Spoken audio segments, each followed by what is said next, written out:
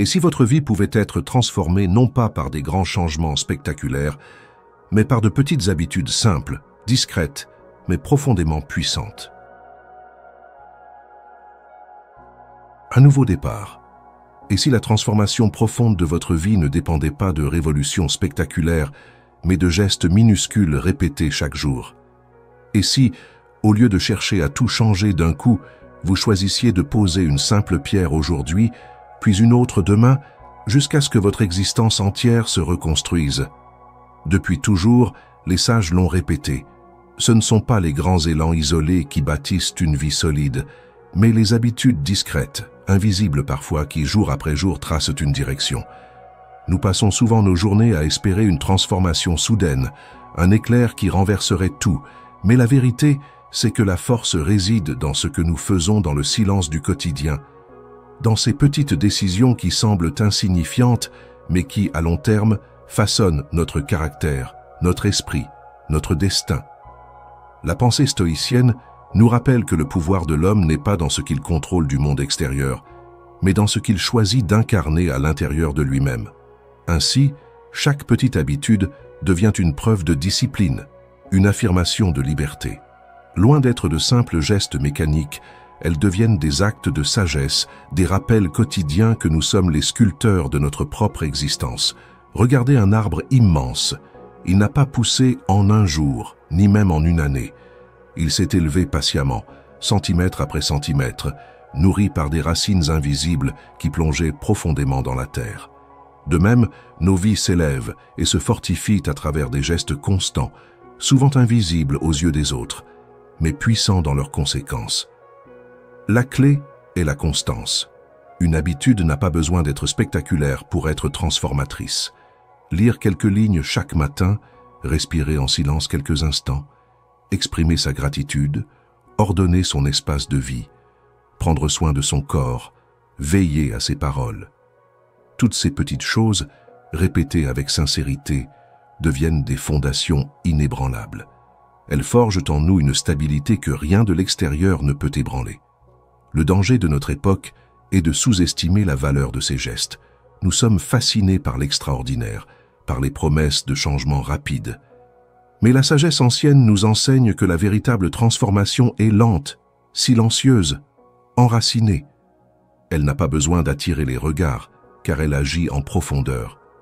C'est pourquoi il est temps de réapprendre l'art des petites habitudes, de comprendre que le succès, la paix, la force intérieure ne sont pas le fruit du hasard, mais la conséquence de choix répétés chaque jour. Ce sont ces habitudes qui nous forment, qui sculptent notre caractère, qui définissent la direction de nos vies. Et si aujourd'hui vous choisissiez de commencer, non pas en bouleversant tout, mais en décidant de poser la première pierre? Car chaque grande transformation commence toujours ainsi, un simple pas, humble et discret, mais porteur de promesses.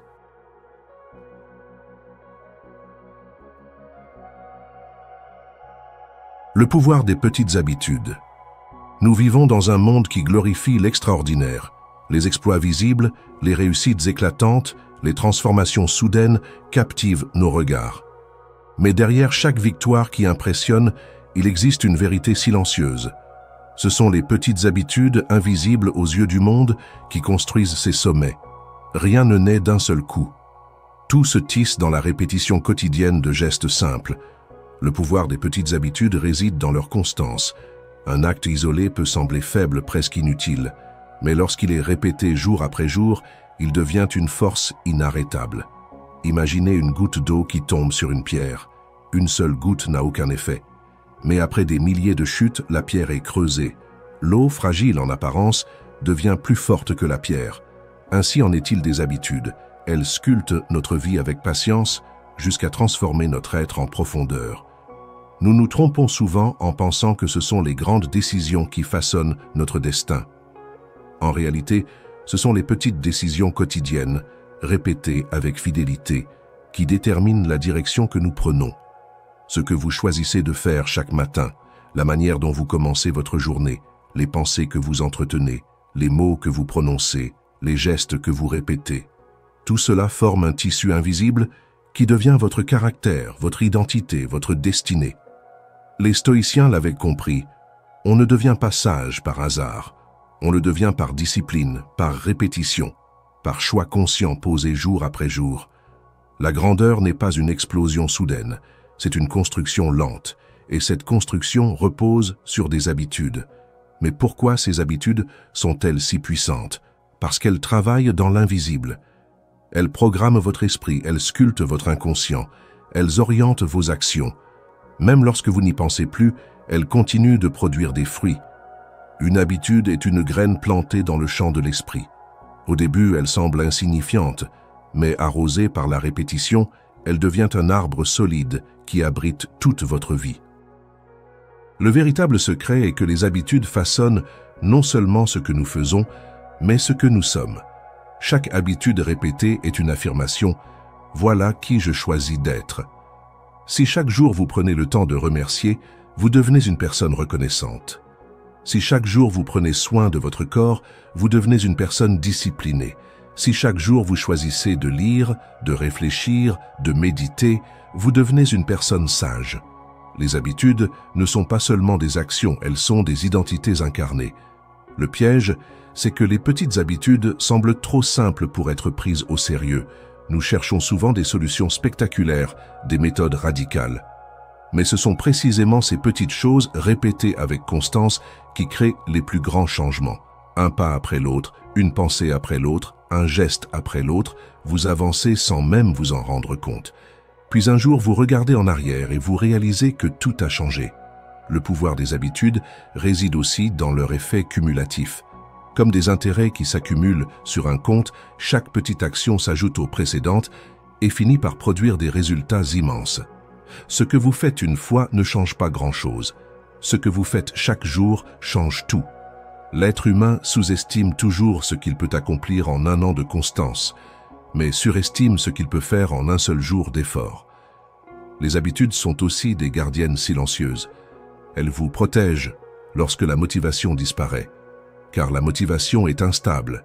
Elle varie selon les humeurs et les circonstances, mais l'habitude est stable. Elle ne demande pas de réfléchir, elle devient naturelle. Elle agit pour vous, même lorsque vous êtes fatigué, même lorsque vous n'avez pas envie. Celui qui a construit de bonnes habitudes possède une force que rien ne peut lui enlever. Les stoïciens enseignaient que l'homme doit se préparer chaque jour comme un soldat qui s'équipe pour la bataille. Non pas avec des armes visibles, mais avec des habitudes qui forgent le caractère. Chaque matin, se lever avec intention. Chaque jour, choisir la maîtrise de soi plutôt que la réaction impulsive. Chaque soir, faire un retour sur soi pour apprendre et s'ajuster. Ces gestes simples, répétés avec fidélité, transforment une vie entière. Il faut aussi comprendre que chaque habitude, aussi petite soit-elle, en entraîne d'autres. Lire quelques pages chaque jour ouvre l'esprit à de nouvelles idées. Prendre le temps de méditer quelques minutes apporte de la clarté qui influence toutes vos décisions. Exprimer sa gratitude change votre regard et transforme vos relations. Chaque habitude est une graine qui donne naissance à d'autres graines. Ainsi, une seule petite habitude peut déclencher une cascade de transformation. Le pouvoir des petites habitudes ne réside pas seulement dans ce qu'elles produisent, mais dans la personne qu'elles font de vous. En choisissant vos habitudes, vous choisissez qui vous devenez. Et c'est là la véritable liberté. Ne pas attendre que le monde change, mais changer soi-même, chaque jour, dans le silence des gestes répétés. Alors, ne sous-estimez jamais le pouvoir de ce que vous faites aujourd'hui. Ne méprisez pas les petits gestes, car ce sont eux qui construisent les grandes vies. Levez-vous chaque jour avec l'intention de poser une pierre, aussi petite soit-elle. Et avec le temps, vous verrez que cette pierre devient un temple. La clarté au réveil. Commencez la journée avec intention. Chaque journée est un nouveau commencement. Chaque matin est une porte qui s'ouvre vers des possibilités infinies. Pourtant, combien d'entre nous franchissent cette porte sans conscience, emportés dès le réveil par les automatismes, par les sollicitations extérieures, par le poids des habitudes mécaniques, se lever dans la confusion, courir sans direction, réagir sans intention, voilà comment beaucoup se privent d'une puissance immense. Car le secret d'une vie alignée commence au moment même où vos yeux s'ouvrent. Le matin n'est pas un simple passage obligé, il est un sanctuaire. C'est le moment où l'esprit est encore pur, où les pensées ne se sont pas encore dispersées dans 1000 directions. C'est dans ce silence fragile que vous pouvez semer les graines de votre journée. Si vous les semez avec clarté, votre journée sera claire. Si vous les semez dans le chaos, votre journée en portera la marque. La qualité de votre réveil détermine la qualité de votre existence. Commencer la journée avec intention signifie reprendre le pouvoir sur ce moment sacré. Cela veut dire ne pas céder immédiatement aux distractions, ne pas plonger d'emblée dans les inquiétudes, mais choisir consciemment ce que vous voulez ressentir, ce que vous voulez penser, ce que vous voulez incarner. Le réveil devient alors un rituel, un acte de création intérieure. Vous ne subissez plus le jour, vous le façonnez dès ses premières minutes. Une pensée stoïcienne nous rappelle que chaque jour est une vie en miniature. Chaque matin, vous renaissiez. Chaque soir, vous terminez un cycle. Ainsi, le matin n'est pas seulement un moment pratique, il est une métaphore puissante. Il est votre naissance quotidienne. C'est à vous de décider si vous voulez naître dans la clarté ou dans la confusion. Imaginez deux personnes. La première ouvre les yeux, saisit son téléphone, se plonge dans les nouvelles, dans les notifications, dans les obligations. Son esprit est saturé avant même d'avoir pris une respiration consciente. La deuxième ouvre les yeux, respire profondément, s'offre un instant de silence, choisit une pensée claire, peut-être une intention simple comme « Aujourd'hui, je marche avec calme et gratitude ». Tout au long de la journée, ces deux personnes ne vivront pas la même expérience. L'une réagira sans cesse, l'autre avancera avec intention. Tout cela parce qu'elles ont choisi différemment au moment sacré du réveil. Il n'est pas nécessaire de créer un rituel compliqué. Quelques minutes suffisent. Ce qui compte, c'est la présence. Posez-vous une question simple. Quelle est l'intention que je veux donner à ma journée? Peut-être est-ce la patience, la joie, la force, la sérénité. Ce choix, formulé consciemment, devient comme une étoile qui guide vos pas. Lorsque la confusion arrive, vous vous souvenez de cette étoile. Lorsque les défis surgissent, vous vous rappelez de votre intention.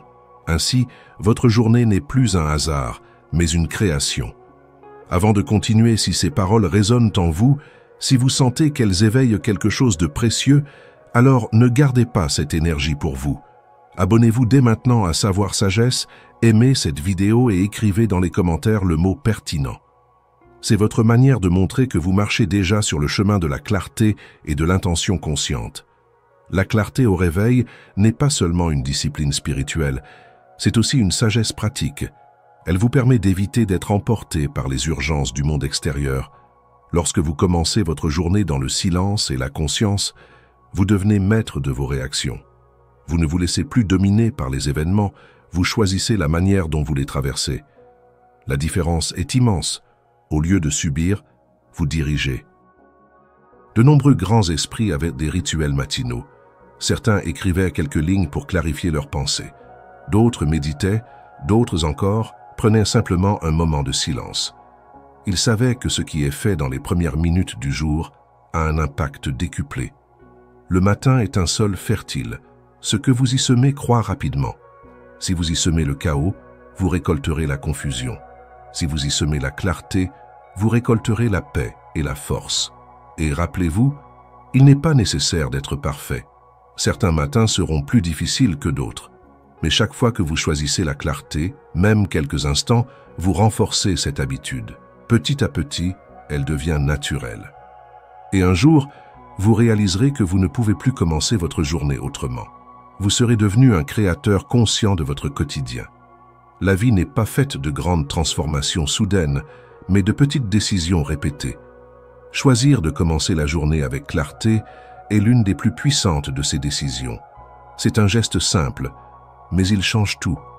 Il transforme vos pensées, vos émotions, vos actions. Il vous rend maître de vous-même. Et être maître de soi, c'est être libre. Alors, demain matin, lorsque vos yeux s'ouvriront, souvenez-vous de ces paroles. Ne laissez pas le monde extérieur envahir votre esprit avant même que vous ayez respiré. Offrez-vous un instant.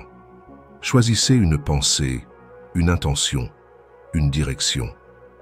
Et marchez dans votre journée avec cette lumière intérieure. Car celui qui commence avec clarté finit toujours avec force. La maîtrise des émotions. Répondre, non réagir.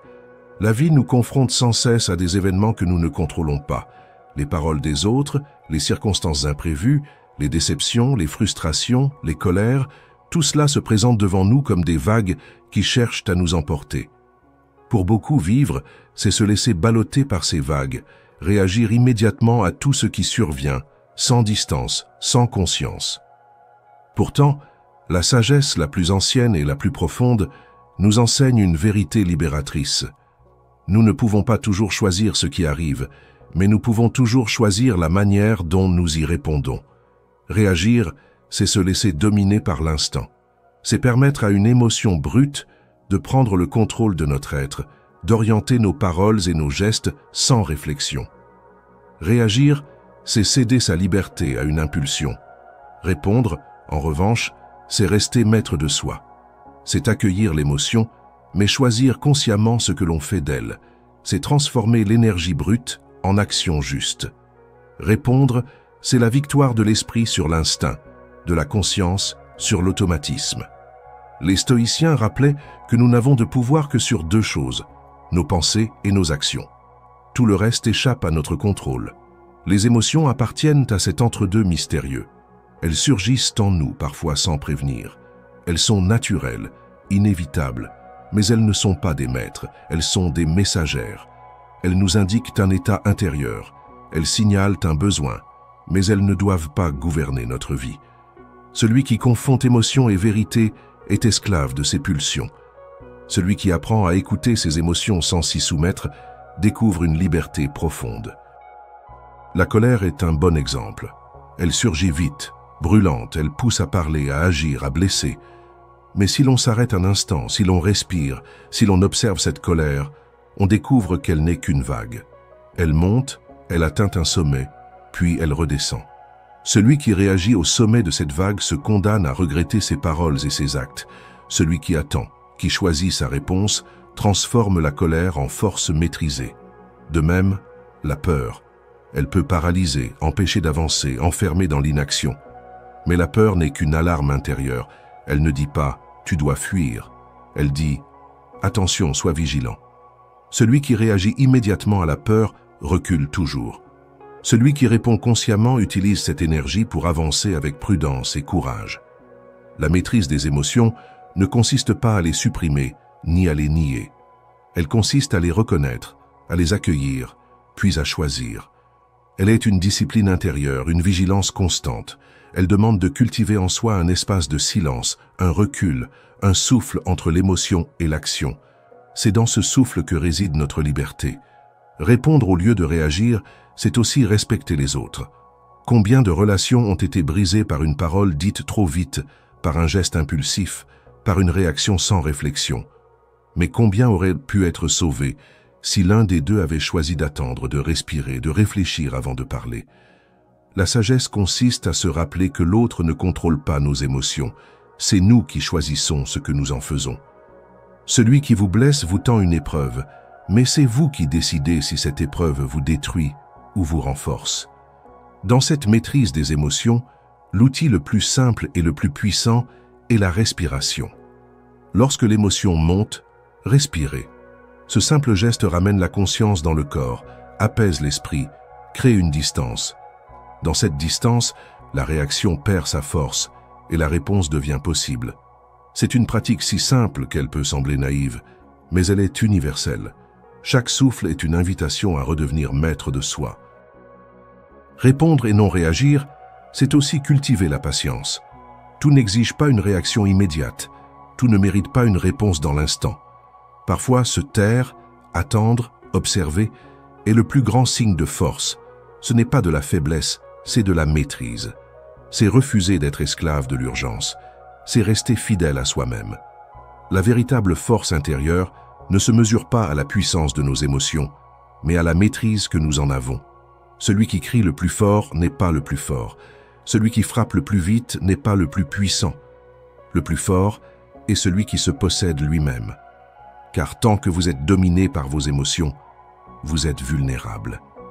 Mais lorsque vous apprenez à les utiliser comme des énergies au service de votre conscience, vous devenez inébranlable.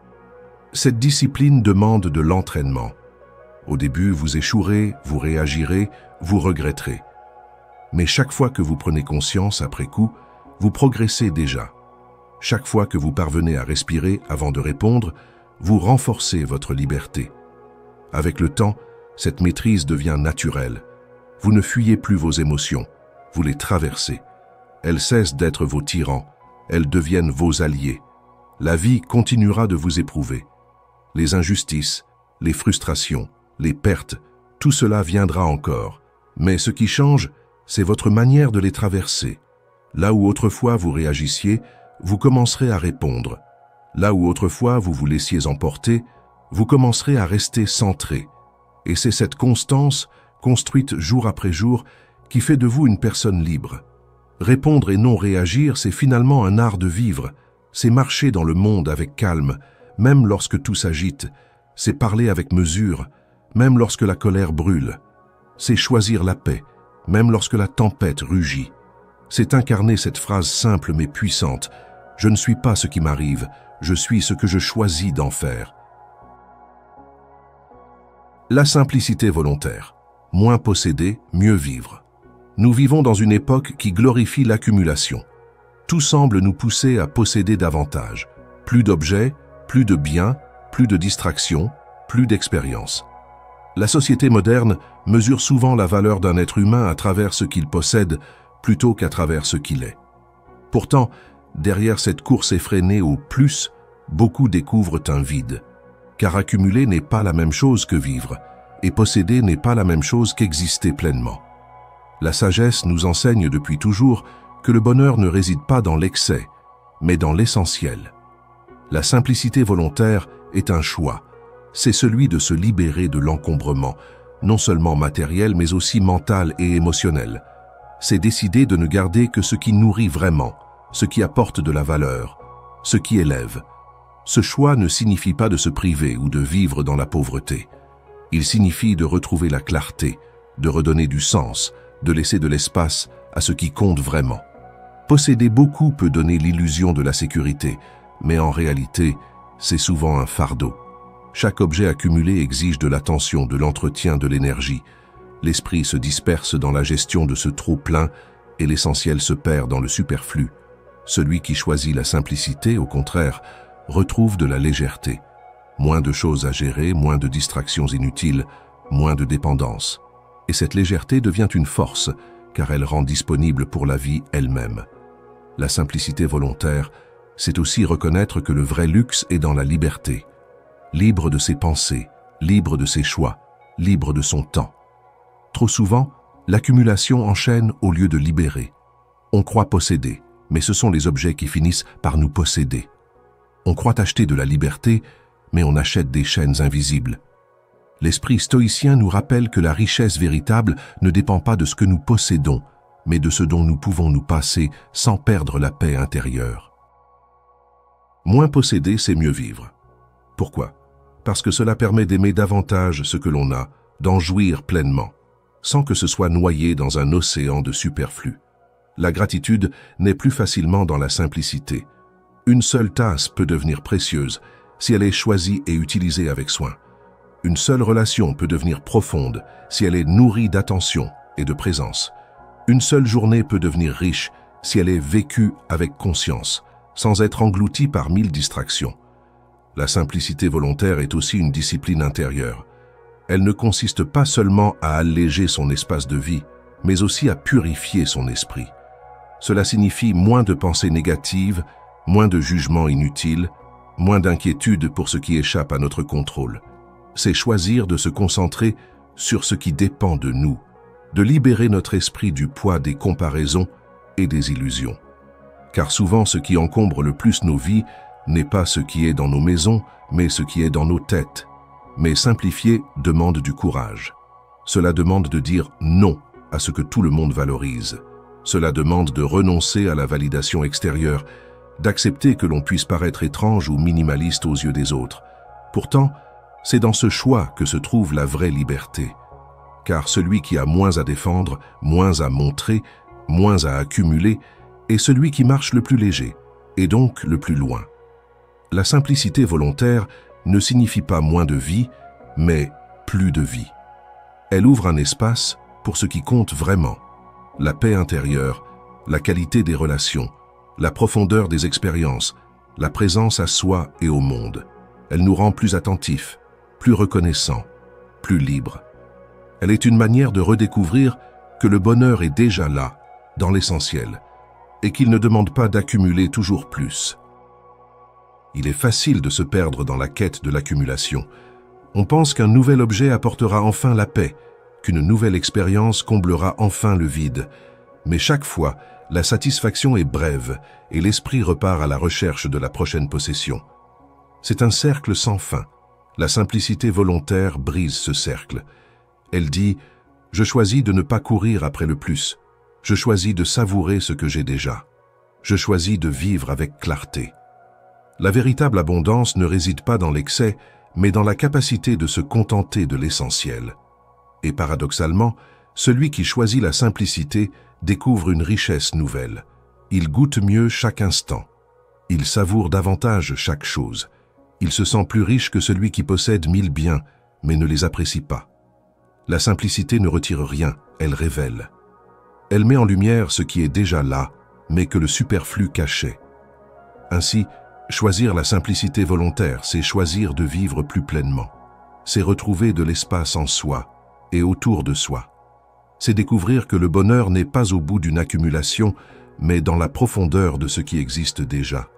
C'est marcher plus léger, non pas parce que la vie est pauvre, mais parce que l'âme est riche. La gratitude quotidienne, voir l'abondance dans l'ordinaire. Il est facile de passer à côté de la beauté de la vie.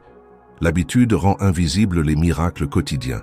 Nous respirons sans y penser, nous voyons sans remarquer, nous marchons sans émerveillement. Nous possédons souvent plus que ce que nous croyons, mais nous vivons comme si rien n'était suffisant. L'esprit, toujours tourné vers ce qui manque, finit par se rendre aveugle à ce qui est déjà là. Pourtant, la clé de la joie et de la paix intérieure réside dans une attitude simple mais puissante, la gratitude. La gratitude n'est pas une émotion passagère, c'est une discipline de l'âme.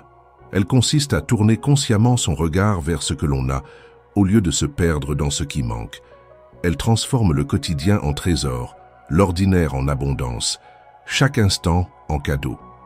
Elle ne nie pas les difficultés, mais elle les traverse avec un regard différent. Car même dans l'épreuve, il y a toujours quelque chose à reconnaître, une force à découvrir, une leçon à remercier.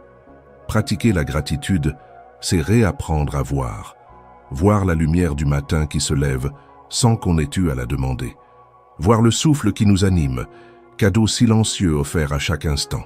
Voir les mains qui nous permettent de créer, les voix qui nous entourent, les visages que nous aimons. La gratitude est un art de la présence, un retour à l'essentiel. Elle nous rappelle que nous ne vivons pas dans le manque, mais au cœur d'une abondance que nous oublions trop souvent. La gratitude quotidienne est une transformation intérieure. Chaque fois que vous remerciez, vous changez votre vibration. Vous passez du manque à l'abondance, de la plainte à la reconnaissance, de la fermeture à l'ouverture. Et cette transformation attire à vous encore plus de raisons d'être reconnaissant. C'est une loi silencieuse. Plus vous remerciez, plus vous recevez. Non pas toujours dans la forme exacte que vous attendez, mais dans des formes souvent plus vastes et plus profondes. Il ne s'agit pas de remercier uniquement pour les grandes choses, mais surtout pour les petites, car ce sont elles qui tissent la trame de notre existence. Un repas partagé, un sourire croisé, une parole réconfortante, un silence apaisant. Celui qui sait dire merci pour l'ordinaire découvre que l'ordinaire est en réalité extraordinaire. Et cette révélation change la vie, car elle nous apprend que le bonheur n'est pas au loin, il est déjà là. La gratitude est aussi une guérisseuse. Elle apaise les blessures de l'âme, elle adoucit la dureté de la vie. Lorsque nous choisissons de remercier même au cœur de l'épreuve, nous découvrons une force intérieure insoupçonnée. Nous comprenons que la vie ne nous prive pas, elle nous forme. Chaque difficulté porte en elle un enseignement, chaque perte révèle une nouvelle richesse. Celui qui sait remercier pour les épreuves n'est plus esclave de la douleur, il devient un alchimiste qui transforme la souffrance en sagesse. Beaucoup pensent que la gratitude doit être ressentie avant d'être exprimée. Mais la vérité est l'inverse. L'acte de remercier fait naître l'émotion. Même si, au début, vous le faites mécaniquement, vous finissez par ressentir réellement ce que vous exprimez. La gratitude est comme un muscle. Plus vous l'exercez, plus elle devient naturelle, plus elle imprègne votre être. Un simple rituel suffit pour changer une vie. Chaque matin, écrire ou dire 3 choses pour lesquelles vous êtes reconnaissant. Elles peuvent être modestes, un souffle, une tasse de thé, un rayon de soleil. Chaque soir, se rappeler une petite bénédiction du jour. Ces gestes simples rééduquent le regard, ils ouvrent l'âme à la richesse qui l'entoure déjà. Et petit à petit, ils créent un état de conscience où tout devient occasion de remercier. La gratitude ne transforme pas toujours les événements, mais elle transforme toujours celui qui la pratique.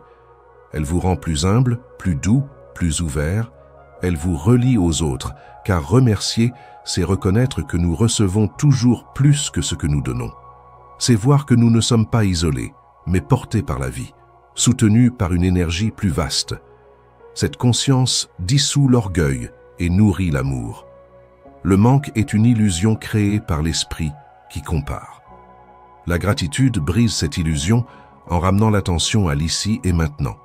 Elle nous apprend que nous n'avons pas besoin d'attendre une réussite future ou une possession nouvelle pour être comblés. Le bonheur est déjà présent, dans la simplicité d'un instant respiré en pleine conscience. Celui qui pratique la gratitude quotidienne devient un aimant. Il attire naturellement la joie, la paix, l'abondance. Non pas parce que la vie lui offre plus qu'aux autres, mais parce qu'il sait voir ce que les autres ignorent. Là où beaucoup voient un manque, ils voient une richesse. Là où d'autres se plaignent, ils remercient. Là où d'autres ferment les yeux, ils s'émerveillent. Alors, chaque jour, prenez le temps de dire merci, non pas par politesse, mais par conscience. Dites merci à la vie, au souffle, à la lumière, aux épreuves, aux rencontres. Laissez ce mot devenir votre compagnon, votre clé, votre prière silencieuse. Car dans la gratitude se trouve le secret de l'abondance véritable. Non pas posséder toujours plus, mais voir la richesse dans ce qui est déjà là. Et souvenez-vous, celui qui sait remercier n'est jamais pauvre, car il découvre chaque jour de nouvelles raisons de se sentir riche. La discipline du corps. Honorer le temple de l'esprit. Le corps est notre première demeure. Il est ce lieu que nous habitons chaque jour, ce véhicule qui nous permet de marcher dans le monde, ce temple silencieux qui abrite notre souffle, nos pensées et nos émotions. Pourtant, beaucoup le négligeant, comme si le corps pouvait être séparé de l'esprit, comme si l'on pouvait chercher la sagesse intérieure tout en maltraitant l'enveloppe qui la porte. Mais la vérité est simple et profonde. Honorer son corps, c'est honorer son esprit. Prendre soin de ce temple visible, c'est élever aussi le sanctuaire invisible. Les stoïciens enseignaient déjà que le corps est un instrument à respecter. Ils ne l'idolâtraient pas, ils ne le rejetaient pas non plus. Ils le considéraient comme un allié, un compagnon de route à entretenir avec discipline. Car un esprit qui aspire à la clarté ne peut s'épanouir dans un corps affaibli, négligé ou enchaîné par les excès. De la même façon, un corps discipliné devient le socle solide sur lequel l'esprit peut s'élever. La discipline du corps n'est pas une obsession esthétique ni une recherche de perfection extérieure. Elle est une manière de reconnaître la valeur sacrée de cette enveloppe qui nous est confiée. Elle se manifeste dans de simples gestes quotidiens, bouger régulièrement, manger avec mesure, respirer profondément, accorder du repos au moment juste. Ces gestes, bien que modestes, nourrissent une force silencieuse qui soutient l'esprit dans ses quêtes les plus hautes. Un corps fatigué, alourdi, négligé, rend l'esprit vulnérable. La colère surgit plus vite, l'impatience se renforce, la clarté se trouble. Mais un corps discipliné offre un terrain favorable à la paix intérieure. Lorsqu'on se lève tôt, qu'on bouge, qu'on respire, qu'on nourrit le corps avec des aliments simples et sains, on crée une harmonie qui se reflète dans chaque pensée, dans chaque parole, dans chaque action. La discipline physique devient une méditation en mouvement, une offrande silencieuse à la vie. Beaucoup croient que la sagesse ne concerne que l'esprit, mais l'oubli du corps est un déséquilibre. L'esprit et le corps sont liés, comme les deux faces d'une même pièce. Celui qui cultive uniquement l'esprit en négligeant le corps construit une sagesse fragile, car elle repose sur un support instable. Mais celui qui nourrit les deux découvre une puissance plus profonde, une stabilité qui lui permet de traverser les épreuves avec endurance et calme. Honorer le temple de l'esprit par la discipline du corps, c'est aussi apprendre la mesure. Ni excès, ni négligence, ni indulgence sans limite, ni rigueur destructrice.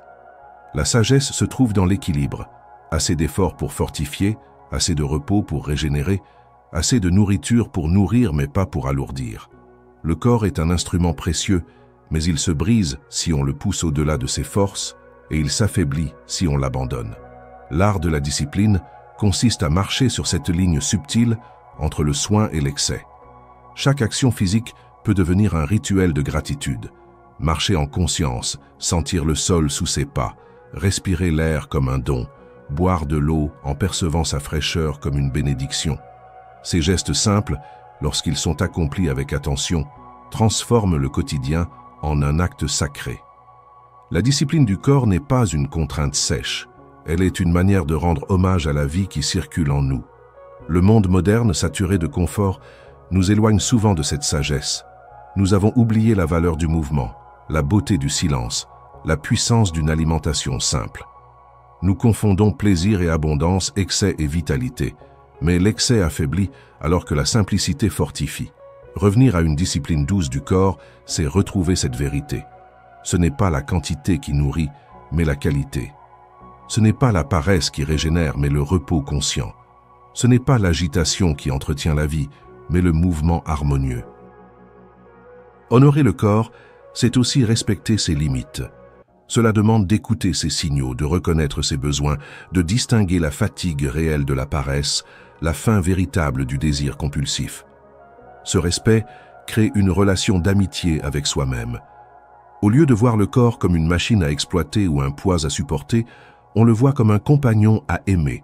Et ce regard change tout, car un corps respecté devient un allié fidèle, prêt à soutenir l'esprit dans ses plus hautes quêtes.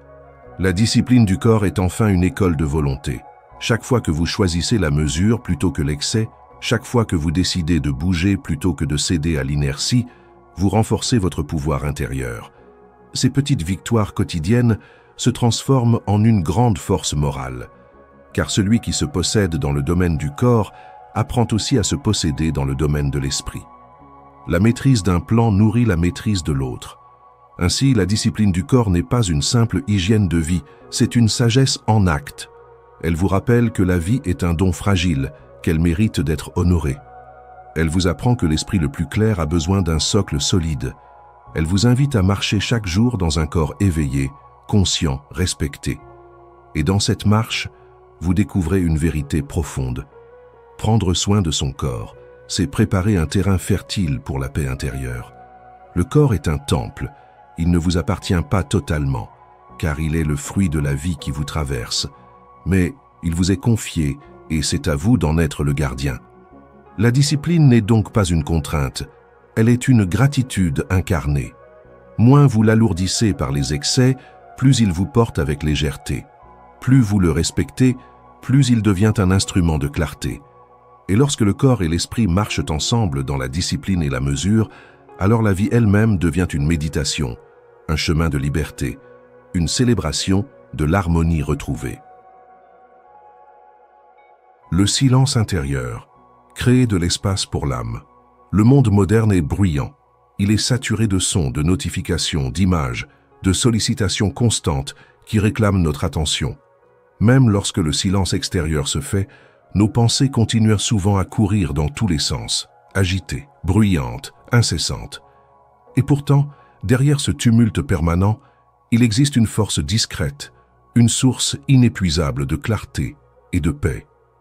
Le silence intérieur. Le silence intérieur n'est pas seulement l'absence de bruit. Il est un état de présence profonde où l'âme retrouve son espace. Il est cette respiration de l'esprit, cette ouverture où les pensées cessent d'encombrer, où le cœur se détend, où l'être retrouve son unité. Ce silence n'est pas vide, il est plein, plein de sens, plein de lumière, plein d'une énergie subtile qui ne se révèle que lorsque l'on cesse de courir. Dans le tumulte, l'esprit se disperse, il s'accroche à 1000 choses à la fois, il se fatigue, il se perd. Dans le silence, il se rassemble. Il revient à l'essentiel. Il redécouvre que la vérité n'est pas dans le vacarme extérieur, mais dans la voix intérieure qui ne se fait entendre que lorsqu'on lui accorde de l'espace. Cette voix n'est pas bruyante, elle ne crie pas, elle chuchote doucement, elle guide sans imposer, elle éclaire sans forcer. Mais pour l'entendre, il faut apprendre à se taire. Le silence intérieur est un chemin de libération, car beaucoup de nos souffrances viennent du bruit incessant de nos pensées. Elles répètent le passé, elles inventent des scénarios d'avenir, elles jugent, elles comparent, elles agitent. Mais lorsque nous nous offrons quelques instants de silence, ces pensées perdent leur pouvoir. Elles se dissipent comme des nuages, laissant apparaître un ciel clair. Dans ce ciel, la paix devient possible, et avec elle une sagesse plus profonde. Pratiquer le silence intérieur ne signifie pas fuir le monde. Cela signifie créer en soi un espace où le monde n'a plus d'emprise. Même au cœur de l'agitation, on peut trouver ce lieu intérieur où tout est calme. Il suffit d'une respiration consciente, d'une attention tournée vers l'instant présent pour ouvrir cette porte invisible. Peu à peu, cet espace grandit et devient un refuge permanent. Ce silence est nourrissant. Il régénère l'esprit comme l'eau régénère la terre. Il purifie les émotions, il clarifie les pensées, il renforce la présence. Il nous permet de mieux écouter les autres, car celui qui connaît le silence intérieur n'a plus besoin de remplir chaque instant de paroles. Il apprend à écouter sans interrompre, à être là sans imposer. Le silence devient alors une forme d'amour, un respect profond de l'autre et de soi. Les sages de toutes les traditions l'ont compris. La vérité ne se trouve pas dans le tumulte, mais dans le silence. Ce n'est pas dans le bruit des opinions, des polémiques, des distractions que l'on découvre la paix intérieure, mais dans la simplicité de l'écoute. Écoute de soi, écoute du monde, écoute de ce qui dépasse les mots. Le silence intérieur est aussi un espace de création, car l'esprit, lorsqu'il cesse de se disperser, retrouve une clarté nouvelle. Les idées apparaissent avec plus de force, les intuitions deviennent plus précises, les décisions plus sages. Dans le silence, l'esprit se relie à une source plus vaste que lui-même. Il n'invente pas, il reçoit. Il capte ce qui est déjà là, mais que le bruit empêche de percevoir. Ce silence peut être cultivé chaque jour. Il suffit de quelques instants, au réveil, avant de se plonger dans le monde, ou le soir, avant de s'endormir.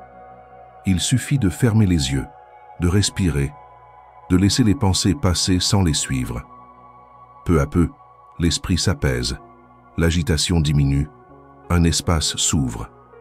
Cet espace, au début fragile, devient de plus en plus solide à mesure qu'on le pratique. Et bientôt, il devient un compagnon permanent, toujours accessible, même au cœur de l'agitation. Le silence intérieur n'est pas une fuite, mais une force. Celui qui le cultive devient plus ancré, plus stable, plus présent. Il n'est plus esclave du bruit extérieur ni du tumulte intérieur. Il sait qu'il peut toujours revenir à cet espace de paix, quoi qu'il arrive.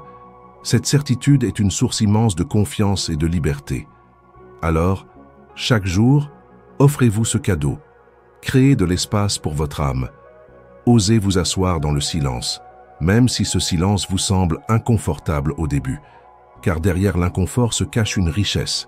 C'est dans le silence que vous découvrirez la profondeur de votre être, la clarté de votre esprit, la lumière de votre âme. Le monde a besoin de personnes capables d'incarner ce silence. Car ce silence rayonne. Il apaise ceux qui vous entourent, il inspire sans parole, il montre par l'exemple qu'il existe une autre manière de vivre. Non pas dans le vacarme constant, mais dans la paix intérieure. Le silence intérieur est une porte vers vous-même, une porte vers la sagesse, une porte vers une vie plus profonde et plus libre. Il ne demande rien d'autre qu'un peu d'attention, un peu de patience, un peu de courage. Mais une fois ouvert, il ne se referme jamais vraiment. Et si aujourd'hui vous décidiez de franchir cette porte, de cesser, ne serait-ce qu'un instant, de courir, de parler, de penser sans fin, de vous asseoir, de respirer et d'écouter. Derrière le bruit, il y a un silence. Derrière l'agitation, il y a une paix. Derrière le tumulte, il y a vous, simplement vous. Et ce vous-là n'a besoin de rien d'autre que d'un peu d'espace pour briller. L'acceptation de ce qui est, transformer l'inévitable en paix. La vie est faite d'imprévus. Elle nous apporte des joies, des découvertes, des rencontres, mais aussi des épreuves, des pertes, des obstacles que nous n'avons pas choisis. Combien de fois avons-nous souhaité que les choses soient différentes, que la réalité obéisse à nos désirs plutôt qu'à ses propres lois? Pourtant, aussi fort que nous résistions, l'inévitable demeure. Les saisons changent, les corps vieillissent, les êtres s'en vont, les circonstances échappent à notre contrôle. La sagesse consiste à ne pas lutter contre cette vérité, mais à l'accueillir, à l'accepter et à la transformer en paix. L'acceptation n'est pas une résignation. Elle ne signifie pas se soumettre passivement à tout ce qui arrive, ni renoncer à agir lorsque l'action est possible. Elle est un choix conscient, celui de ne pas gaspiller son énergie à combattre ce qui ne peut être changé. Elle est un art subtil qui consiste à distinguer ce qui dépend de nous et ce qui ne dépend pas de nous. Ce discernement, enseigné par les stoïciens, libère une immense énergie. Car au lieu de se disperser dans la lutte inutile, on apprend à concentrer sa force là où elle peut réellement agir. Lorsque nous refusons d'accepter une situation inévitable, nous créons une double souffrance. Il y a d'abord la douleur réelle de l'événement, puis il y a la douleur supplémentaire de notre résistance. C'est comme lutter contre le courant d'une rivière. Non seulement on ne change pas son cours, mais on s'épuise, on se noie presque dans la lutte. Accepter, c'est cesser de se battre contre l'eau, c'est apprendre à flotter, à se laisser porter, et même parfois à trouver une nouvelle direction grâce au courant lui-même. Transformer l'inévitable en paix, c'est changer de regard. C'est comprendre que chaque événement, aussi douloureux soit-il, porte en lui une leçon, une possibilité de croissance. Ce n'est pas nier la difficulté, c'est la traverser avec une conscience plus grande. Celui qui perd quelque chose de précieux peut s'effondrer en se répétant que cela n'aurait pas dû arriver. Mais celui qui accepte, reconnaît la perte, pleure ce qui doit être pleuré, puis choisit de voir dans cette épreuve une occasion de grandir en force, en compassion, en compréhension. Accepter, c'est aussi se réconcilier avec le temps. Trop souvent, nous résistons à l'idée que les choses changent. Nous voudrions retenir les instants heureux, repousser les transformations, arrêter l'écoulement de la vie. Mais rien n'est permanent, et c'est justement cette impermanence qui donne sa valeur à chaque moment. Celui qui accepte la loi du changement ne vit plus dans la peur de perdre, mais dans la gratitude de ce qui est tant que cela est. Il est important de comprendre que l'acceptation n'éteint pas l'action, elle la rend plus claire, car tant que nous sommes prisonniers de la résistance, nos actions sont brouillées par la colère, la peur ou l'amertume. Lorsque nous acceptons ce qui est, nous retrouvons un espace intérieur de calme. Et dans ce calme, nous pouvons agir de manière juste, non pas par réaction aveugle, mais par choix conscient. L'acceptation libère la force d'agir là où cela est encore possible. Prenons un exemple simple. La pluie tombe. Vous pouvez maudire le ciel, vous plaindre, vous énerver, mais rien de cela n'arrêtera la pluie. Vous pouvez aussi l'accepter, vous mettre à l'abri, sortir un parapluie, ou même marcher en accueillant l'eau comme une bénédiction. La pluie est la même, mais votre expérience est différente. Ainsi en est-il de toutes les situations de la vie.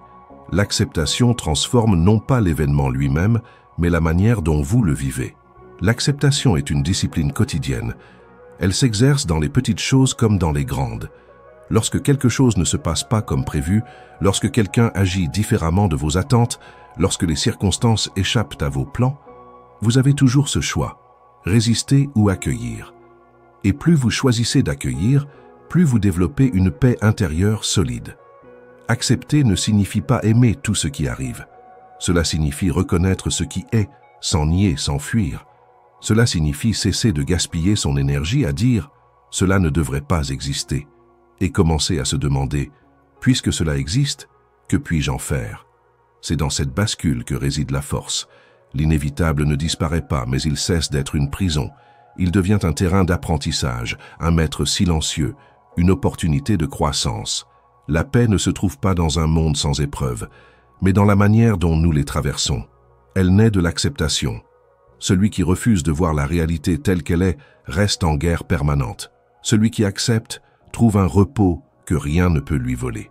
Ainsi, chaque fois que vous êtes confronté à quelque chose que vous ne pouvez changer, rappelez-vous cette vérité simple. Résister, c'est souffrir 2 fois. Accepter, c'est souffrir 1 fois, puis découvrir la paix. Offrez-vous cette liberté. Transformez l'inévitable en un chemin de sagesse. Faites de l'acceptation non pas une fuite, mais une victoire silencieuse. Car dans cette attitude se cache un pouvoir immense, celui de vivre en harmonie avec la vie elle-même. La constance, petit pas, grande victoire. La grandeur n'est pas le fruit d'un éclat soudain, mais le résultat d'un chemin tracé jour après jour, pas après pas. Trop souvent, nous pensons que les victoires de la vie naissent d'un instant de gloire, d'une décision radicale, d'un effort spectaculaire. Mais la vérité profonde est tout autre. Les grandes victoires ne sont que la somme d'innombrables petits pas répétés avec constance. Ce n'est pas l'intensité passagère qui transforme une existence, c'est la régularité. La constance est une force silencieuse, discrète, presque invisible. Elle n'attire pas les regards, elle ne fait pas de bruit, mais elle bâtit des montagnes. Chaque fois que vous répétez une action, aussi petite soit-elle, vous sculptez votre être. Chaque jour que vous choisissez la discipline plutôt que la facilité, vous semez une graine. Et ces graines, accumulées au fil du temps, finissent par former une forêt entière. Le problème est que l'esprit humain aime l'immédiateté. Nous voulons des résultats rapides, des changements visibles, des succès immédiats. Nous oublions que la nature elle-même avance par étapes. Un arbre met des années à grandir. Un fleuve creuse sa vallée au fil des siècles. Les grandes œuvres de la vie prennent du temps, et ce temps exige la constance. La constance est une fidélité envers soi-même. Elle signifie rester engagé dans son chemin, même lorsque l'enthousiasme du début s'est dissipé, même lorsque personne ne regarde, même lorsque les résultats semblent lointains. Elle demande de croire en la valeur du petit pas, de comprendre que chaque geste, aussi modeste soit-il, compte. Ce n'est pas l'effort intense d'un jour qui façonne la vie, mais l'effort répété de 1000 jours. Beaucoup abandonnent, non pas parce qu'ils manquent de force, mais parce qu'ils manquent de patience. Ils plantent une graine et veulent voir le fruit le lendemain. Ils commencent un chemin et veulent arriver dès aujourd'hui. Mais la constance enseigne une autre vérité. Ce n'est pas la vitesse qui compte, mais la direction. Celui qui avance lentement mais régulièrement atteint toujours sa destination. Celui qui court vite puis s'épuise n'arrive nulle part. La constance n'est pas monotone, elle est créatrice. Chaque jour, elle vous rapproche un peu plus de la personne que vous voulez devenir. Chaque pas est une affirmation de votre engagement, une déclaration silencieuse de votre fidélité à votre propre vision. Et lorsque vous regardez en arrière, vous réalisez que ces petits pas accumulés ont créé un chemin que vous n'auriez jamais pu parcourir d'un seul bond. La force de la constance réside dans son humilité. Elle n'attend pas les applaudissements, elle ne cherche pas la reconnaissance. Elle agit dans le silence, mais ses résultats finissent par parler d'eux-mêmes. Un musicien qui s'exerce chaque jour, même quelques minutes, progresse plus sûrement que celui qui pratique intensément une fois de temps en temps. Un esprit qui médite chaque jour, même brièvement, acquiert une clarté que rien ne peut lui enlever. Un corps que l'on entretient régulièrement devient fort et résistant. C'est la répétition qui fait la différence. Mais la constance demande de la foi. Foi dans le processus, foi dans l'avenir, foi dans la valeur de l'effort répété. Car souvent, les résultats ne sont pas visibles immédiatement. On marche, on avance et rien ne semble changer. Mais à l'intérieur, quelque chose se construit. Et un jour, sans que l'on s'y attende, la transformation devient évidente. Celui qui a persévéré découvre que ses efforts silencieux ont créé une force indestructible. La constance est aussi une école d'humilité. Elle nous apprend à ne pas chercher la grandeur dans le spectaculaire, mais dans le quotidien. Elle nous enseigne que les gestes simples, répétés avec amour et discipline, sont plus puissants que les grands élans éphémères. Elles nous invitent à honorer le processus plutôt que le résultat, à aimer le chemin autant que la destination. Il faut aussi comprendre que la constance ne signifie pas perfection. Elle ne demande pas de réussir chaque jour sans jamais faillir. Elle demande de revenir, encore et encore, même après une chute, même après une pause. La vraie constance est celle qui pardonne les écarts mais ne renonce pas. Elle est la force tranquille qui dit « je continue ». Dans une société obsédée par l'instantané, la constance est une rébellion silencieuse. Elle refuse la précipitation, elle refuse la consommation rapide, elle refuse le culte de l'immédiat. Elle choisit la profondeur, la durée, la fidélité. Elle est une sagesse en acte, une manière de dire « je ne me laisse pas emporter par les illusions du moment, je bâtis quelque chose qui dure ». Et lorsque vous pratiquez la constance, vous découvrez une vérité libératrice.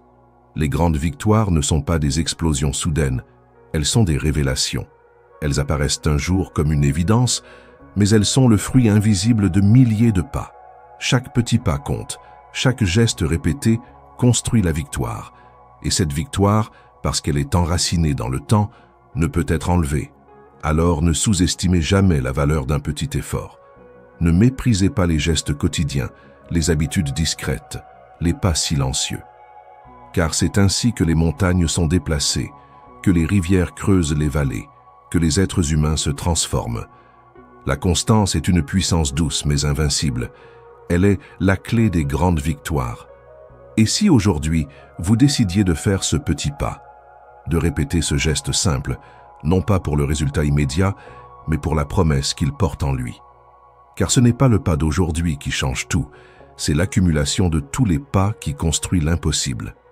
Et un jour, vous vous réveillerez, vous regarderez en arrière, et vous comprendrez que vos petites actions vous ont conduit vers une grande vie. Le nouveau départ. Tout au long de ce voyage, nous avons exploré la puissance des habitudes, la discipline du corps et de l'esprit, la gratitude, le silence intérieur, l'acceptation et la constance. Nous avons vu que la transformation véritable ne naît pas des éclats soudains, mais des gestes silencieux répétés chaque jour. Nous avons compris que la grandeur n'est pas une destination lointaine, mais un chemin que nous parcourons pas après pas, avec patience, clarté et fidélité. Et maintenant, que reste-t-il? Un choix, car chaque mot que vous venez d'écouter n'a de sens que s'il devient une graine plantée en vous. Cette graine, vous pouvez l'oublier, la laisser se dessécher, ou bien la nourrir. La nourrir avec votre attention, avec vos décisions, avec vos actions quotidiennes. Ce choix n'appartient qu'à vous. Et c'est dans ce choix que commence votre nouveau départ. Un nouveau départ n'est pas toujours un bouleversement radical. Il peut être une respiration consciente au réveil, une pensée de gratitude avant de dormir, une parole retenue pour préserver la paix, un pas posé avec constance malgré la fatigue. Ce sont ces petits gestes qui, accumulés, redessinent la trame de votre existence. Ne cherchez pas à tout changer d'un coup. Commencez par changer aujourd'hui, juste un peu, juste assez. Et demain, recommencez. Le nouveau départ n'est pas ailleurs, il est ici. Il n'est pas demain, il est maintenant. Car la vie vous offre, à chaque instant, l'opportunité de recommencer, d'écrire une nouvelle page, de choisir une autre direction. Tant que vous respirez, rien n'est figé. Tout peut être transformé. Et souvenez-vous, ce chemin, vous n'êtes pas seul à le parcourir. Nous avançons ensemble, pas à pas, partageant cette quête d'équilibre, de sagesse et de liberté intérieure. Si ces paroles ont résonné en vous, si elles ont éveillé une clarté, une force ou une paix nouvelle, alors je vous invite à poursuivre ce voyage avec moi. Abonnez-vous à la chaîne Savoir Sagesse, car chaque vidéo est une graine semée pour nourrir votre esprit, apaiser votre cœur et illuminer votre chemin. Aimez, partagez, commentez. Écrivez vos ressentis, vos prises de conscience, vos propres petites victoires.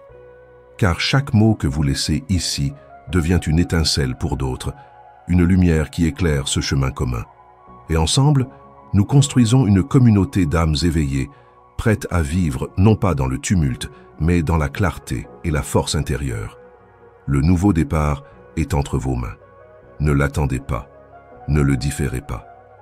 Il commence maintenant, dans le choix simple mais puissant de vivre avec plus de conscience, de gratitude et de constance.